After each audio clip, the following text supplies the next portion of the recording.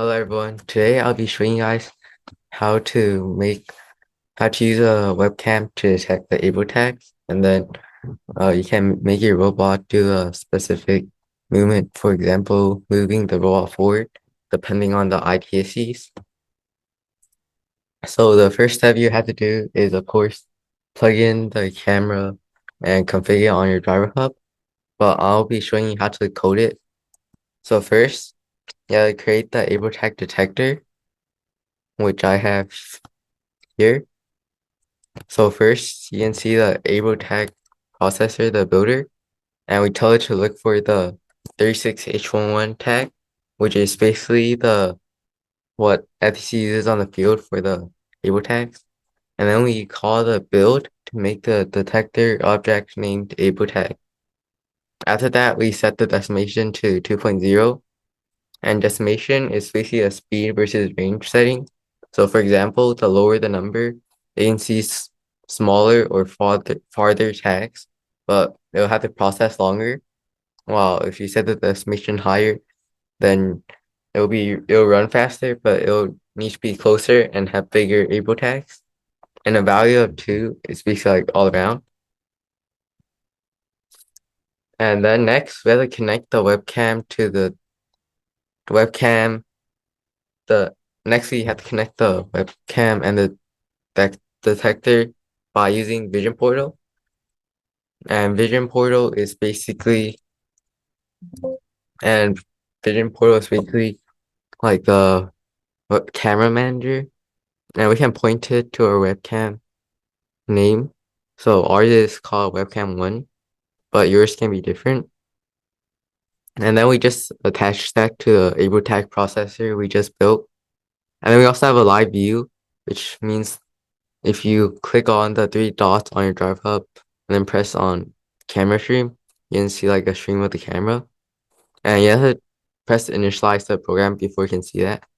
And we also disable auto stop so the preview doesn't shut off automatically. And then finally, we can call build back, and that can give us a working vision portal that streams camera frames into the April tag.